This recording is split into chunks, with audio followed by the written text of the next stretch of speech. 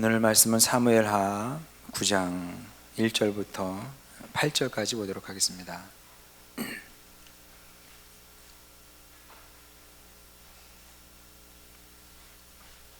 사무엘하 9장 1절부터 8절까지입니다.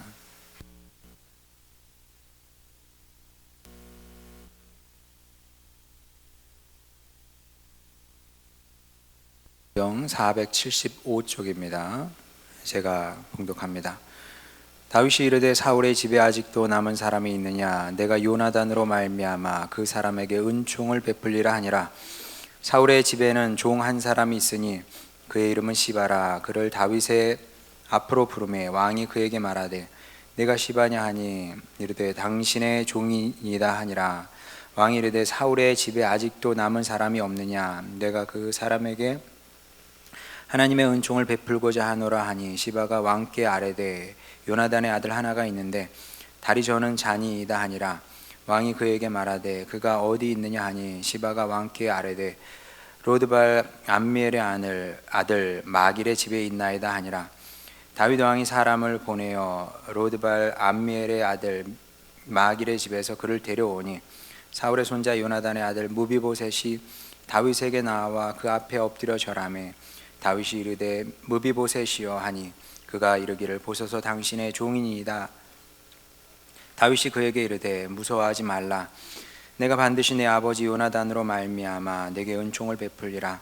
내가 내 할아버지 사울의 모든 밭을 다 내게 도로 주겠고 또 너는 항상 내 상에서 떡을 먹을지니라 하니 그가 절하여 이르되 이 종이 무엇이기에 왕께서 죽은 개 같은 나를 돌보시나이까 하니라. 아멘. 새로운 왕조가 들어서면 가장 먼저 하는 작업 중에 하나가 이전 왕조의 흔적을 지우는 겁니다. 제가 아는 한 그렇지 않았던 왕은 없었던 걸로 알고 있습니다. 물론 제가 역사를 알면 얼마나 알겠냐마는 적어도 제 지식 안에서는 없는 걸로 알고 있습니다. 그리고 이때 비일비재에 일어나는 일이 대량 학살입니다. 이전 왕조의 사돈의 8종까지 싹 잡아들여서 몽땅 다 죽이죠. 사돈의 8종 뿐이겠습니까? 이전 왕조와 조금이라도 관련이 있는 사람은 살아남기 힘들었다. 그렇게 역사책이 기록하고 있고요. 실제로 역사의 격변기마다 우리나라에서도 한양에서 피비린내가 진동했다는 그런 무서운 소문이 돌기도 했고 그런 기록들이 지금까지도 전해져 내려오고 있습니다. 그래서 이제 권력이라는 것이 무서운 것 같습니다. 누군가 권력은 잡긴 해야죠. 권력이 없으면 안 됩니다. 우리는 무정부주의를 주장하지 않아요. 정부가 당연히 있어야죠.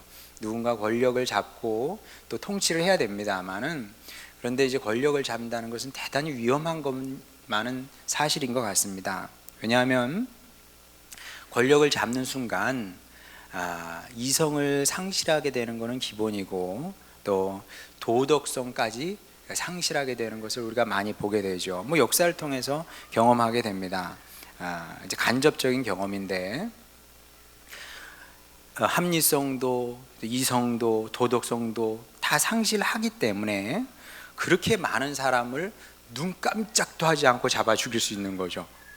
여러분, 한 사람을 죽인다 한번 생각을 해보세요.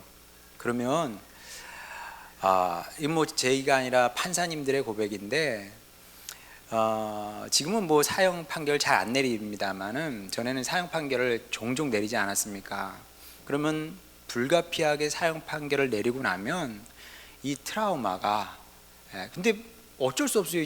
그러면 직업이 판사님인데 판사님이 법대로 해야 되는 거니까. 이제 흉악범 같은 경우는 사형 땅땅땅 한다는 거죠. 총을 쏜 것도 아니고요. 그리고 무슨 전기 의자에 내가 앉힌 것도 아닙니다. 근데 사형 판결을 내렸다는 그 하나 때문에 몇 날 며칠 잠을 못 자고 심한 경우에는 직업에 대한 회의 의식까지 느낀다네요. 내가 이걸 계속 해야 되나? 진짜 그럴 것 같아요. 그러니까 우리가 이게 마땅히 사회는 이 법관들을 존경하고 또 이렇게 월급도 많이 받으셔야 돼요. 왜 죄를 다룬다는 것이 그 스트레스가 뭐 어마어마한 일이니까. 사람이 죄를 범하고 또 누군가 또 치리를 해야 되지 않겠습니까? 누군가는. 근데 이제 재판만 해도 그런데, 근데 이거는 그게 아니라 내가 왕의 자리에 올랐다는 이유 하나 때문에 뭐 딱히 잘못했다고 할 수 없는 사람을 100명, 200명, 500명씩 잡아 죽이는 거니까. 그런데도 뭐 크게 양심의 가책이라든지 이런 걸 뭐 느끼지 않는다는 거죠. 왜냐하면 정치 논리로 보면은 이게 그럴 수밖에 없기 때문에 그렇습니다. 왜냐, 괜히 후환을 남겨두게 되면 그 후환이 나중에 정변이라도 일으켜서 나라를 휘젓고 다니면은 이게 진짜 국가적인 혼란 요인이 될 수 있고, 또 그렇게 한번 국가가 혼란에 빠지면 국가 전체가, 국민이 입게 되는 이 피해는 막심하거든요. 그러니까 이런 후환을 미리 막아야 된다는 그 명분이 있기 때문에 그렇게 대량 학살도 마다하지 않았다는 겁니다. 그게 이제 권력의 세계인 건데, 자, 그러면 모든 왕들이 다 이렇게 행동을 했느냐? 자, 그런데 예외적인 사람이 하나 오늘 본문에 나오는데, 역시 우리의 슈퍼스타 다윗은 달랐더라. 이제 제가 그 얘기를 하고 싶은 겁니다. 다윗은 역시나 다르다. 사울 가문 사람을 찾기는 찾았습니다. 아마 찾을 때 사람들이 의심했을지도 몰라요. 저거 우리 임금 꼼수 쓰는 거야, 꼼수? 저렇게 찾아가지고 지금 상 준다고 찾아오라고 하거든요. 그래야 이제 이 어둠이 빛으로 드러나니까 상 준다고 해야. 그래서 우리 임금님이 지금 저 정치 7단이네, 7단, 9단이네, 9단 뭐 이랬을지도 모릅니다. 근데 다윗의 진심이었던 거죠. 정말 상을 주기 위해서 사울 가문 사람을 찾았던 겁니다. 자, 제가 아는 한 역사에 이런 사람은 없었다 그랬습니다. 여러분, 김정은을 한번 보세요. 얼마나 무자비한 인간입니까? 고모부 죽이는 거는 뭐 일도 아니고요. 그래, 고모부야, 피가 안 섞였으니까 그래 뭐. 하지만 이복형은 그래도 형이잖아요. 피 섞였어요. 그런데도 그 뭡니까, 무슨 이상한 거 이렇게 발라가지고 죽이지 않았습니까? 그 세상에 그렇게 무서운 물질이 있어요. 그냥 얼굴에 한번 발랐다고 죽어요, 저요. 그렇게 죽이지 않습니까? 물론 이제 북한에서는 안 했다고 그러지만 그걸 누가 믿겠어요. 김정은 지시로 이렇게 죽은 게 뻔하죠.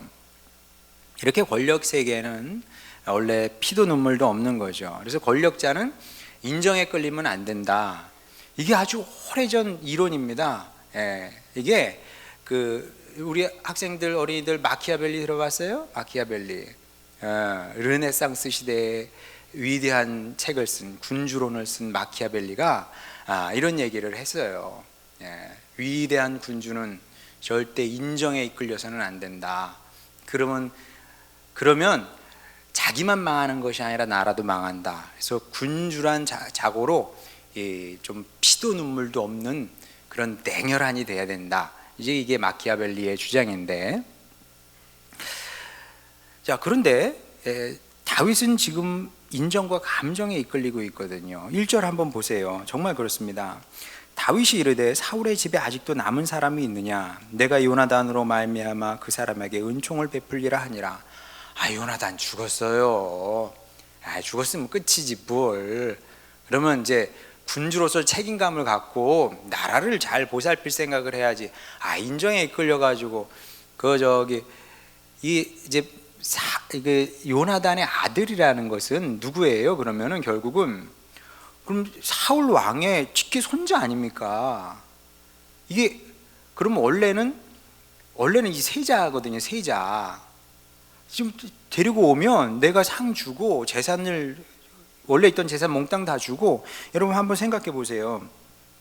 7절 보게 되면 내 할아버지 사울의 모든 밭을 다 내게 도로 주겠고, 여러분 사울 임금님 아닙니까? 임금님이 밭을 10,000평 가지고 있었겠어요? 20,000평 가지고 있었겠어요?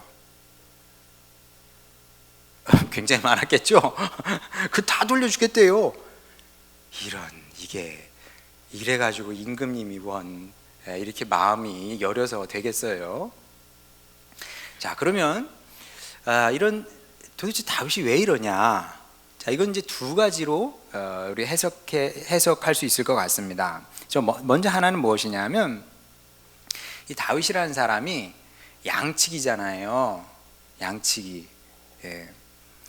양치기에서 바로 왕이 된 사람입니다.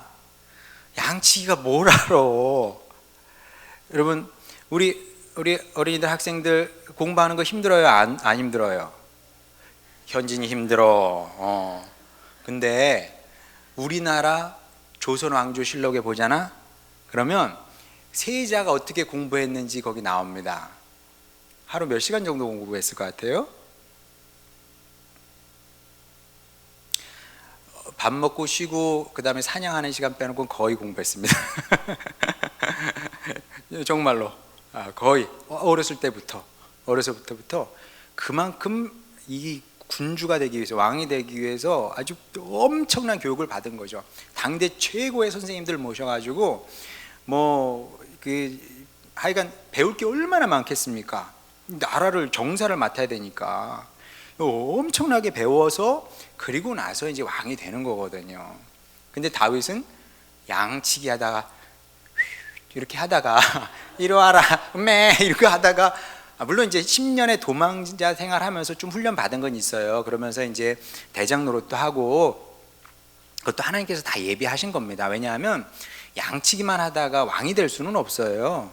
10년 도망자 생활을 하면서 거기서 부하들도 좀 거느려 보고 또 배신도 또 당해 보면서 이제 좀 지혜도 얻고 사람이 어떤 존재인지 또 배우기도 하고 리더십도 또 익히고 그런 시간이었죠. 그러니까 그냥 하나님께서 막연하게 그냥 이렇게 10년이라는 세월을 도망 다니게 한 것이 아니라 그 또한 다 배움의 시간이었는데, 어쨌든 정규 교육은 아니다.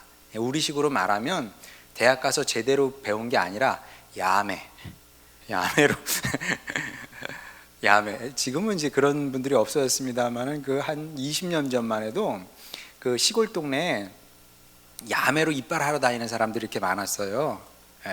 저희 형도 그 야매로 했다 그러는데 3분의 1 값으로. 근데 저희 형 말이 더 재밌어요.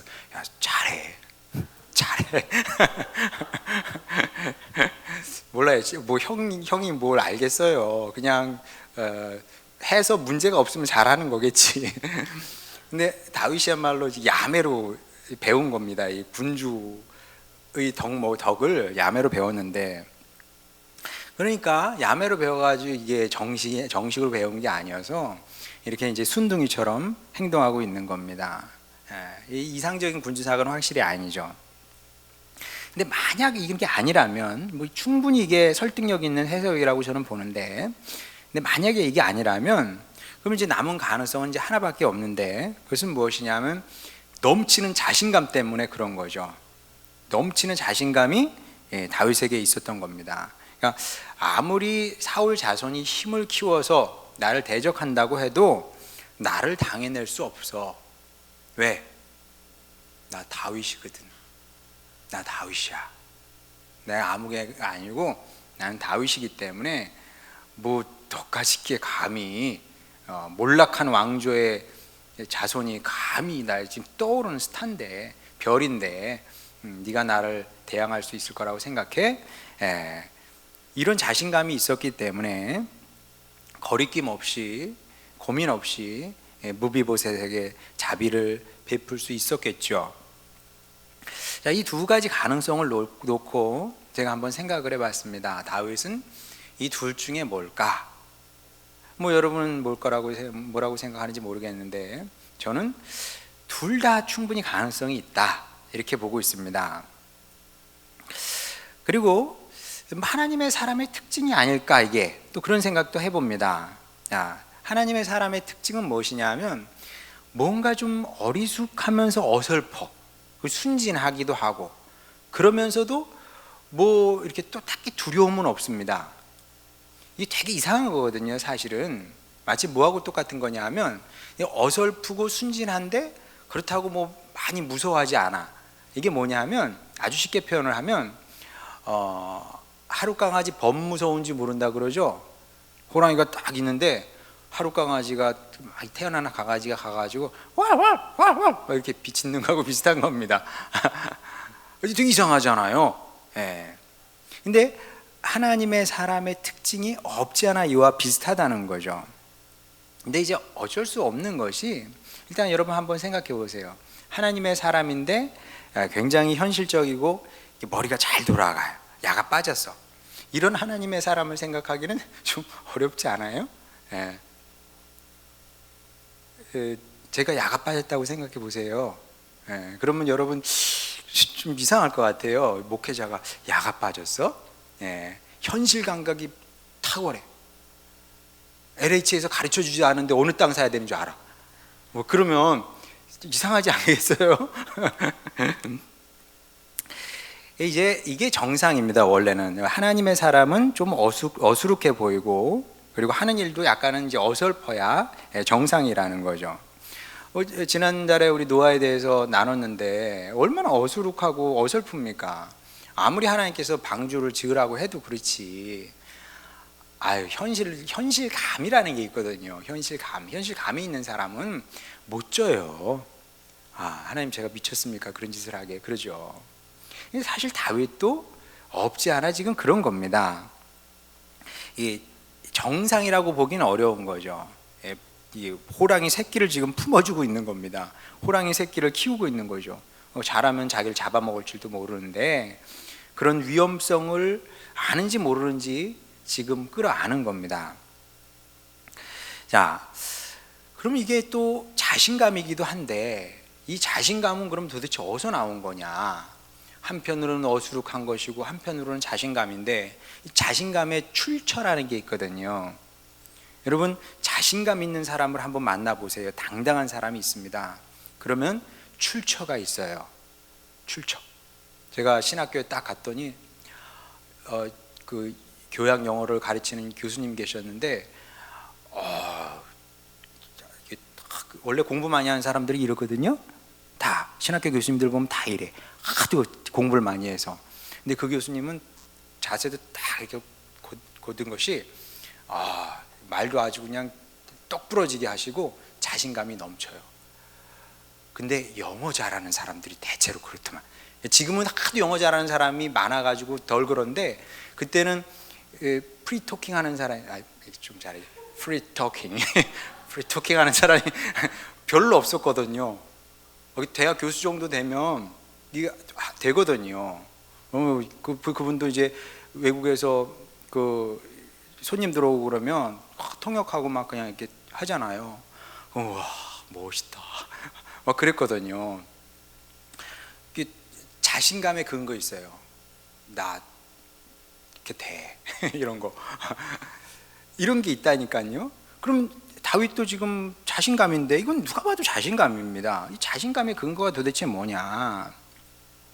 자, 근데 분명한 것은 무엇이냐면 다윗이 가지고 있었던 이 좀 범상치 않은 기운을 자신감이라고 한다면 이게 자신의 능력에 대한 확신 때문은 확실히 아니었다는 거죠. 달라요. 여러분 자신감, 진짜 자신감이 흘러 넘치는 사람이 누구냐 하면 우리 남자 어린이들 학생들은 알 거예요. 호날두 보면 어때? 호날두 딱 꼬리 놓고 나면 확 뛰어가지고 탁 이러잖아요. 아니면 한동안 또 누가 그랬더라? 막 이래요. 그죠? 나. 그렇지. 막 이렇게. 현진이도 그래? 이거? 안 그러지. 이런 거. 자신감 막 흘러 넘치잖아요. 근데 이런 자신감을 가지고 있었던 것은 아니다. 성도는 그런 자신감을 가지면 안 됩니다. 그러면 성도가 아니죠. 하나님을 믿는 사람은 그런 자신감을 알지 못합니다. 뭐 다른 사람은 모르겠는데 적어도 저는 그런 자신감을 일찌감치 쓰레기통에다 갖다 버렸습니다. 자, 우리 어린이들 잠 올 테니까 한번 따라해봐요. 그런 자신감은 쓰레기통에 일찌감치 버린다. 그런 자신감은 일찌감치 버려야 하등 쓸모가 없는 겁니다. 여러분, 제 능력으로 제 힘으로 뭘 하겠습니까? 여러분, 제 힘과 제 능력으로 여러분을 이 밤에 이 자리에 불러 모았겠습니까? 이미 제가 하도 실패를 많이 해봐가지고 제 힘과 제 능력이 아니라는 걸 제가 누구보다 잘 알고 있어요. 그럼 제가 오라 그러면 누가 오겠어요? 그렇지 않습니까? 제가 오라 그런다고 오는 게 아니에요. 여러분 다 아시다시피. 그리고 설사 그렇게 살 수 있다고 해도 그렇게 살고 싶지 않아요. 제 힘으로 제 능력으로 뭐 잘 되면 뭐 그게 하나님하고 무슨 관계가 있겠습니까? 하나님과 하고 관계 없는 일은 안 하는 게 좋아요. 무슨 이득이 되지 않으니까 제 인생에. 그리고 여러분도 뭐 그런 자신감이 없어서 예배 자리에 사실은 나오는 겁니다. 물론 그렇게 생각은 안 해요. 내가 자신감이 없어서 예배 자리에 나오지, 그런 생각을 하지는 않았지만 저 마음 깊은 곳에는 여러분의 영이 여러분도 모르는 사이에 낮아져 있고 겸손해져 있기 때문에 예배 자리에 나오는 거지, 그렇지 않고 어떻게 예배 자리에 나오겠어요? 이 귀한 시간에. 이 시간에 다른 걸 해야지. 쉬어야지. 한마디로 쉬고 할 일은 또 얼마나 많습니까? 사실 10분 20분 내기도 쉽지 않거든요, 하루에. 근데 그런 영의 이런 뭐랄까 이렇게 갈급함이랄지 영의 그 탄식이 있어서 이 예배 자리에 나오는 겁니다. 자신감이 충만하면 뭐 굳이 하나님을 찾을 필요도 없고요, 아마 찾지도 않고요, 기도할 이유도 없는 겁니다. 실제로 예배와 기도는 항복의 표현이기도 해요. 왜 기도를 하겠으며 왜 예배 자리에 나오겠습니까? 두 손 들고 주님 앞에 나아가는 거죠. 주님, 저는 못합니다. 제가 뭘 할 수 있게요? 주님 도와주십시오. 주님 아니면은, 은혜 아니면 내가 설 수 없습니다. 우리가 부른 찬양처럼 그런 마음으로 예배의 자리에 나오는 거고 기도의 자리에 나가는 겁니다. 내 힘으로는 안 되겠으니 도와달라는 요청이자 또 부르짖음인 거죠. 다윗도 마찬가지인데, 다윗도 우리가 자신을 믿지 않는 것처럼 그 또한 자신을 믿지 않았다는 겁니다. 자신감 이런 거 없었어요. 그런데도 신기하게 다윗의 말과 행동을 보면 자신감이 흘러넘치지 않아요. 자신감이 흘러넘쳐요. 너무 흘러넘치다 못해서 어디까지 가냐면 가장 두려워하고 무서워해야 될 선대 왕의 직계 손자까지 위협으로 받아들이지 않는 거거든요. 자, 그러면 도대체 이 자신감의 정체는 뭐냐? 이 자신감은 어디서 오는 거냐? 그러면 이제 요즘 아이들에게 물어보면 글쎄, 자신에 대한 확신이 아니라면 그러면 이거는 근자감이지, 근거 없는 자신감이네, 이렇게 대답을 하겠죠. 뭐 이것 말고 무슨 다른 답이 있겠습니까? 자, 그런데 여기에 또 다른 성도의 비밀이 하나 숨어 있습니다. 자, 밖에서 보게 되면, 외부에서 보면 다윗이 자신감으로 충만해 보였을 겁니다. 우리가 보기에도 그래요. 이 사람 자신감 넘치네, 자, 이렇게 보이겠지만 실은 자신감이 아니라 확신인 거죠. 확신. 자신감하고 확신은 상당히 다른 겁니다. 비슷해 보여요. 그러나 비슷하지만 굉장히 다른 겁니다. 자, 어떻게 다르냐 하면, 다시 말씀드리지만 다윗에게는 자신감 이런 게 없었다 그랬어요. 대신 무엇이 있었냐 하면 하나님에 대한 확신이 있었던 거죠. 어떤 확신이냐? 나의 나 된 것은 하나님의 은혜라는 확신이고요. 그리고 나를 왕으로 세우신 분이 하나님이기 때문에 나를 세우실 분도, 내 왕조를 세우실 분도, 붙들어 주실 분도 하나님이라는 사실을 다윗은 누구보다 잘 알고 있었던 겁니다. 자, 그래서 이제 이런 확신으로 넘쳤기 때문에 다윗이 평생 가장 소중하게 생각했던 것도 결국은 하나님과의 관계였던 거죠. 왜? 내가 알아. 내가 뭐 왕이 된다 그랬나? 왕이 되는 꿈을 꾼 적이 있나? 뭐 너 장래 소망이 뭐냐 그랬을 때 임금님이요. 말도 안 되죠. 말도 안 돼. 내가 언제 그랬나? 하나님께서 나를, 이 다윗이 늘 고백하던 내용입니다. 양떼 가운데서 나를 불러서 이 자리에 세워주시고, 하나님께서 그렇게 하신 거예요. 나를 세우신 분이 하나님이야. 내 인생에 하나님의 은혜가 넘친 겁니다. 그러면 주님의 은혜가 떠나지 않는 이상 하나님께서 나를 세우셨는데, 아니 사울 임금이 되살아난다고 한들 나를 어떻게 하겠느냐. 하나님의 은혜가 나와 함께 하는데 내 인생 무슨 걱정이 있겠느냐. 이런 확신이 있었기 때문에 이렇게 평안히 살 수 있었고, 그리고 가장 위협적인 사람에게도 관용을 베풀 수 있었고 자비로울 수 있었던 겁니다. 자, 이런 다윗의 모습이 정말 멋있지 않습니까? 후일 다윗이 솔로몬에게 너는 대장부가 되라, 이런 유언의 말씀, 이런 말을 남기고 다윗이 죽거든요. 저는 이 같은 맥락이라고 봅니다. 야, 대장부, 다윗이 말하는 대장부는 뭐냐? 장군의 상 생각하면 안 돼요. 우리나라 장군 있잖아요. 장검 딱 차고 이렇게 당당한 장군, 이 모습이 아니라 내가 하나님에 대한 믿음과 신뢰와 확신이 있기 때문에 이 확신이 나를 당당하게 만드는 거죠. 내게 힘이 있어서가 아니라 그분에 대한 믿음과 신뢰가 나로 하여금 당당하게 살게끔 만드는 겁니다. 그리고 이것이 하나님 사람의 멋이고 낭만인 거죠. 말하자면 이게 하나님의 사람인 거예요. 나는 아무것도 아니야. 진짜 아무 능력도 없고 힘도 없고 그냥 목동일 뿐이에요. 뭐 배운 것도 딱히 없어요. 아무것도 없는데 하나님에 대한 확신이 나를 나 이상의 사람 되게 하는 거죠. 그렇게 그러니까 이제 그 믿음으로 당당하게 사는 거 아니겠습니까? 그리고 이런 확신이 있기 때문에 다윗이 사람을 향해서 또 세상을 향해서도 관대할 수 있었고 또 자비로울 수도 있었던 겁니다. 또 우리도 마찬가지죠. 우리 주어진 일에 늘 성실하죠. 제가 늘 얘기하는 것처럼 성실은 기본이다. 하나님의 백성이 성실해야 된다. 뭘 하든 성실하게 살아야 되는 겁니다.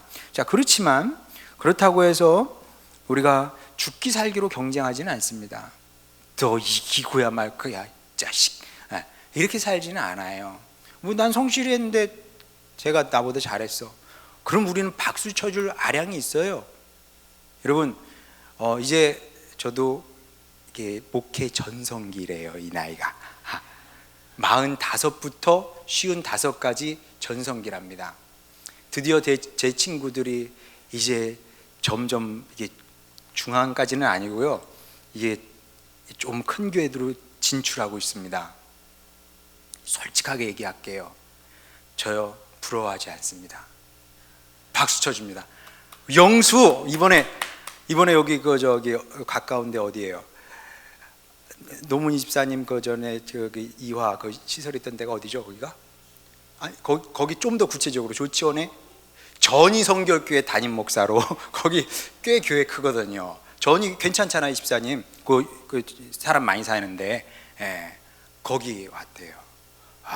제 친구들이 이제 점점 이렇게 올라오고 있어요. 이게 좀 더 큰 교회로. 우리 시기 질투하지 않습니다. 박수 쳐주죠. 잘했다 우리 친구. 내가 놀러 갈게. 과일이라도 하나 사가져 가야죠. 저는 점심 얻어먹고. 경쟁은 사람하고 왜 경쟁을 해요? 박수 쳐주고 우리는 우리 자리에서 최선을 다하고 성실하게 살고 다른 사람을 잘 되면 이제 박수 쳐주고 그러는 거죠. 왜냐하면 어차피 참된 성공, 행복, 평강은 우리의 능력에 달린 게 아니라니까요. 우리의 환경과 조건에 달린 게 아니고 하나님의 손에 달려 있다는 것을 우리가 알기 때문에 그렇습니다. 하나님과의 관계가 잘못되지 않으면 아무도 우리를 해할 사람이 없다니까요. 세상이 우리를 어쩌겠습니까? 뭐 사람이 어쩌겠습니까? 제가 하는 얘기가 있잖아요. 우리가 주님 안에 거하면 하나님께서 어떻게 해서든 우리 사명을 다 마치게 하십니다. 저는 저의 사명을 마칠 것이고요, 여러분은 여러분의 사명을 마칠 겁니다. 그리고 아름답게 사명 마치고 주님께 가는 겁니다. 예. 주님께서 함께 하시는데 당연히 그렇게 되지 않겠습니까? 그렇게 되지 않은 하나님의 사람이, 하나님의 백성이 어디 있습니까? 성경 한번 보세요. 자, 그리고 이것이 다윗의 확신이었고 또 오늘 우리의 확신이기도 하다. 그래서 이제 이런 확신을, 다윗의 확신을 우리의 확신으로 만들어야 된다는 거죠. 그래서 우리도 다윗이 말했던 것처럼, 유언으로 만들어 남긴 것처럼 우리도 영적인 장부로 살아야죠. 좀생원이 아니라 영적인 대장부로 살아가는 겁니다. 그래서 다윗이 그랬던 것처럼 이런 사람이 돼야 우리가 사람과의 관계에서도 관용과 자비의 사람이 될 수 있는 것이고요, 사촌이 땅 좀 샀다 그래가지고 뭐 배 아파하고, 하나님의 사람의 모습은 아니라고 봅니다. 자비와 관용의 사람, 마음이 넓은 사람이 될 수 있는 거죠. 바라기는 꼭 이런 성도 여러분이 되셔서 우리 믿음의 조상 다윗을 닮아 신앙의 멋과 낭만을 가진 그런 성도로 변화 발전할 뿐만 아니라, 이렇게 되니까 하나님께서 내 마음에 합한 자라 인정하신 거 아니에요. 하나님께서 반복적으로 그렇게 말씀하셨거든요. 그렇게 주님 마음에 합한 주님의 자녀로 아름답게 살아가는 여러분 모두가 되시기를 주님의 이름으로 축원합니다. 우리 찬송 부르고 우리 기도하도록 하겠습니다. 545장